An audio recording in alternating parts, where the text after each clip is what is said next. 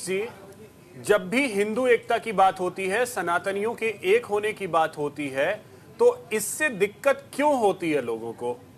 चाहे गिरिराज सिंह की यात्रा हो, हालांकि आलोक जी ने कहा कि नेता निकालते हैं, हो सकता है वो परसेप्शन, लेकिन उनका भी बस एक यही मकसद था कि जो सनातनी हैं वो एकजुट हों, जातियों में ना बटें। आज बाबा बागेश्वर अगर ये यात्रा निकाल रहे हैं, उनका भी बस ये मकसद है कि जाति में नहीं बटना है। इससे दिक्कत क्यों? ये बात बिल्कुल सही है कि दिक्कत कहाँ है, लेकिन दिक्कत उन सियासतदान को हो रही है जिनको इसमें भी राजनीति दिख रही है। हिंदू एकता की बात की जाए या हिंदू राष्ट्र की बात की जाए या सनातन को संगठित करने की बात हो, और यहाँ पे दिख रहा है कि कहीं न कहीं ये जो इस तरह की चीजें जो हो रही है, जो मुहिम है, ये जो मिशन है, कहीं ये भारतीय जनता पार्टी की तरफ न चली जाए।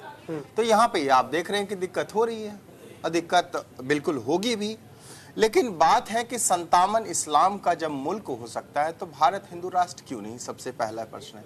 फिर दूसरी बात है, सनातन को स्थापित करने के लिए प्रभु राम आए, एकत्रित किया उन्होंने, संगठित भी किया। प्रभु राम के बाद भगवान कृष्ण भी आए, उन्होंने भी सनातन धर्म को स्थापित करने की किया। फिर उसके बाद फिर आदि गुरु शंकराचार्य जब सनातन धर्म विलुप्त होता जा रहा था तो सनातन धर्म को स्थापित करने के लिए शंकराचार्य ने बहुत जोर कोशिश की, सनातन को स्थापित भी किया, हम लोग जगे भी। लेकिन हिंदू बार बार सोया हुआ दिखता है। आज भी हिंदू को सनातन को जगाने की जरूरत है। ऐसा मैं इसलिए कह रहा हूं कि आज देखिए कि कम से कम 9 ऐसे राज्य हैं देश में जहां पे हिंदू अल्पमत में है।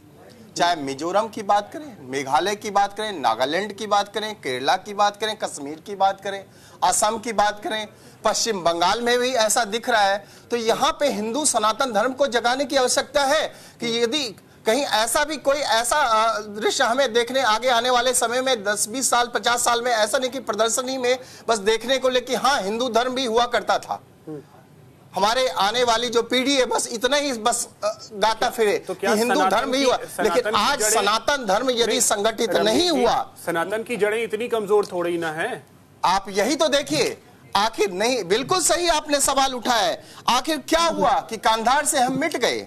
आखिर क्या हुआ कि कुंभा से हम मिट गए? आखिर क्या हुआ कि पर्सिया से, बाल्हिक से, केकई से, कंबोज से, सुवास्तु से, तक्षशिला से, सब जगह से मिटते जा रहे हैं। आज एकमात्र भारत ऐसा देश है जहां पे हिंदू धर्म है। आप नेपाल में भी देखिए कि वहां पे मुसलमानों की संख्या किस तादाद में बढ़ती जा रही है।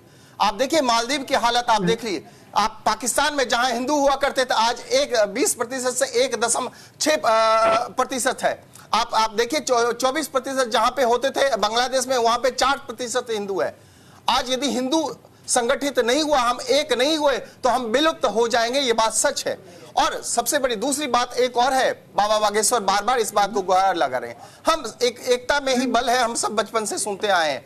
आज फिर से हम हिंदुओं को जगाने की बात है। और हिंदू जब जाति जाति में बढ़ जाता है, जब छुआछूत में बढ़ जाता है, जब हम विभेद करने लगते हैं, हम जब जातियों में कोयरा है, ये कानू है, कोई जोल्हा है, कोई डोम है, चमार है, भूमियार है, राजपूत है, वैश्य है, शूद्र है, इन सब चीजों में जब हम बढ़ते रहेंगे तो लालू यादव जैसे नेता 1990 में आया जिसने मंडल कमंडल का राजनीति खेला और एक बहुत बड़ा नेता हो गया।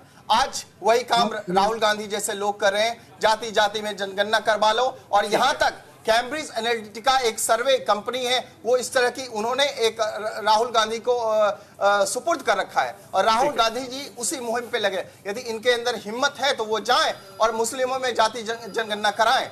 यदि उनके अंदर हिम्मत है तो ये भी कहे कि जो लड़के छेड़ने के लिए, जो हिंदू जो है छेड़ने के लिए मंदिर में जाते हैं और राम मंदिर में नाच गाना होता है, तो उनके अंदर हिम्मत है, ये भी हिम्मत दिखाएं कि मस्जिद में युवा